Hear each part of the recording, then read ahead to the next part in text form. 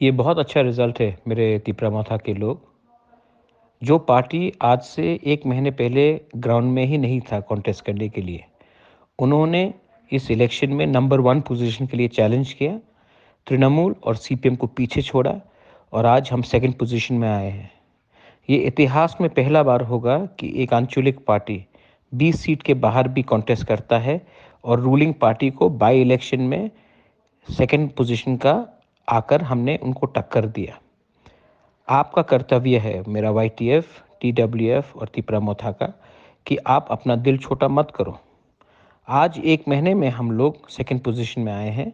6 महीने के बाद इसी सीट से हम लोग फिर से जीतेंगे। मैं आपको बोल रहा हूँ।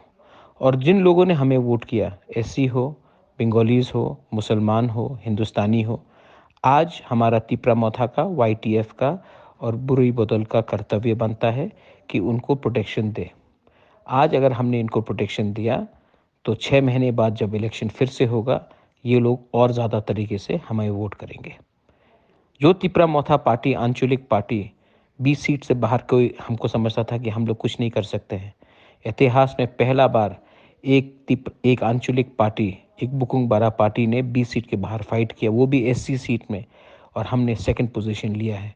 ये बहुत बड़ा मैसेज है। ये मैसेज को भूलो मत और ये मैसेज को दिल में रखो।